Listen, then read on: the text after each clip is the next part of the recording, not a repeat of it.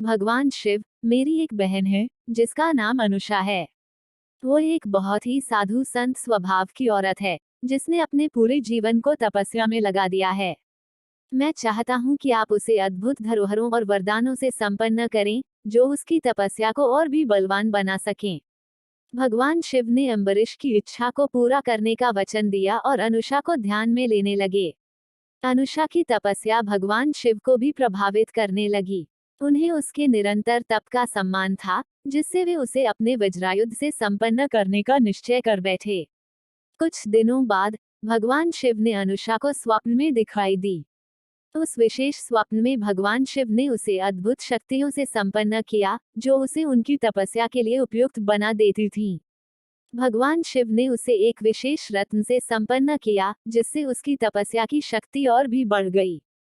वो रत्न उसके लिए अत्यंत मूल्यवान था और उसे अद्भुत सुंदरता का आभूषण बना देता था। अनुषा जागृत अवस्था में आई और देखकर अचंभित हो गई कि उसके गले में एक सुंदर रत्न माला लटकी हुई है। उसने यह सब भगवान शिव को सुनाया और आभार प्रकट किया। भगवान शिव ने अनुषा से कहा, अनुषा, यह रत्नमाला तुम्हारे तपस्या की शक्ति को और भी बढ़ा देगी और तुम्हें इसे सदैव धारण करने से तुम्हारे जीवन की सभी मनोकामनाएं पूर्ण हो जाएंगी। अनुषा धन्यवाद करते हुए रत्नमाला धारण की और उसके साथ वह अपनी तपस्या में और भी लग गई। उसकी तपस्या और भी गहरी हो गई और उसे अद्भुत शक्तियों का अनुभव होने लगा। अंततः अनुषा की तपस्या भगवान शिव को बहुत प्रसन्न कर गई और उन्होंने उसे अपने साथ भव्य कैलाश पर्वत पर आमंत्रित किया। वहां पर अनुषा को अपने जीवन के सभी संकटों का अंतर्ज्ञान था। वहां पर अनुषा ने अपने जीवन के सभी संकटों का अभिवादन किया और भगवान शिव से आशीर्वाद मांगा। भगवान शिव उसकी भक्ति को स्वीकार करके उसे धन्यवाद दिया और उसे अपने हाथ से वरदान देने को आमंत्रित किया।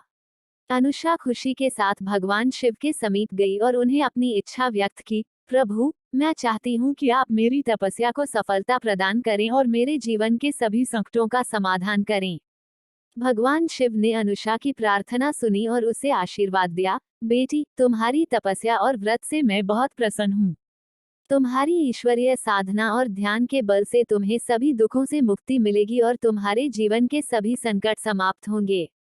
भगवान शिव ने अनुषा को एक अद्भुत रत्न से वरदान दिया, जिससे उसके सभी संकट दूर हो गए और उसका जीवन खुशियों से भर गया। अनुषा के आंतरिक शक्ति ने और भी विकसित हो गई और उसे दिव्य ज्ञान का अनुभव होने लगा। वो अब धैर्य से सभी समस्याओं का सामना करने लगी और उन्हें समाधान करने में सफल होती थी।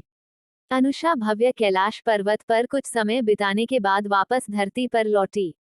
उसके आंगन में आनंद का एक नया उजाला था। उसके सभी संकट दूर हो गए थे और उसका जीवन अब सुख, शांति और समृद्धि से भर गया था। यह घटना सभी लोगों के बीच फैल गई और भगवान शिव की भक्ति और तपस्या का महत्व प्रसिद्ध हो गया। अनुषा की कथा सभी लोगों को प्रेरित करती थी और उन्हें अपने जीवन में ध्यान और भक्ति के माध्यम से अद्भुत शक्तियों का अनुभव करने के लिए प्रेरित करती थी। इस प्रकार भगवान शिव के धार्मिक साधक अनुषा की तपस्या, उनके संकटों के समाधान और उन्हें भव्य वरदानों की प्राप्ति का चमत्कारी अनुभव लोगों के द्वारा सदैव स्मरण में रहा।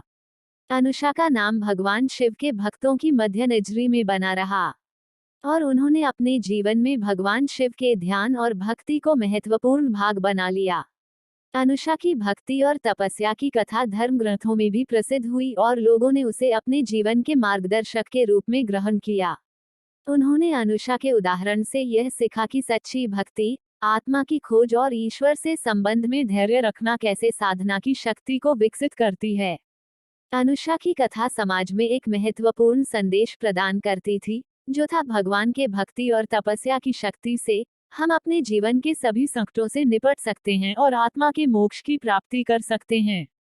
भगवान शिव के भक्त अनुषा की कथा समय समय पर लोगों के बीच दोहराई जाती रही और उससे लोगों को अच्छे और धार्मिक मार्ग पर चलने का प्रेरणा मिलता रहा।